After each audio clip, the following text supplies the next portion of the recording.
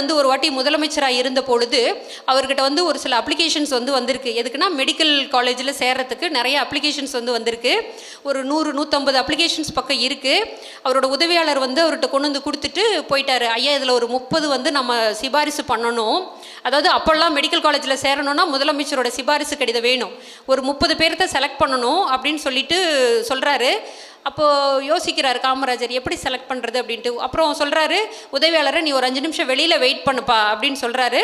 உதவியாளர் வெளில போயிடுறாரு. ஒரு 5 நிமிஷம் கழித்து மறுபடியும் மணி அடித்து கூப்பிடுறாரு.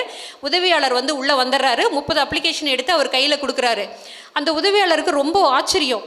எப்படி இவர் செலக்ட் பண்ணியிருப்பார்? ஏற்கனவே இவருக்கு லிஸ்ட்டு கொடுத்துருப்பாங்களா? வேறு ஏதாவது சிபாரிசு, பெரிய ஆட்கள் சிபாரிசு கொடுத்துருப்பாங்களான்னு அவருக்கு யோசிச்சு ஒரு மாதிரி தலையே வலிக்க ஆரம்பிச்சிருச்சு. கடைசியாக வேறு வழியே இல்லாமல் காமராஜர்ட்டி கேட்குறாரு, ஐயா எப்படிங்க ஐயா அந்த 30 பேர் தான் அதுவும் 5 நிமிஷத்தில் செலக்ட் பண்ணிங்க, நீங்கள் ஏற்கனவே ஏதாவது லிஸ்ட்டு வச்சுருந்தீங்களா அப்படின்னு.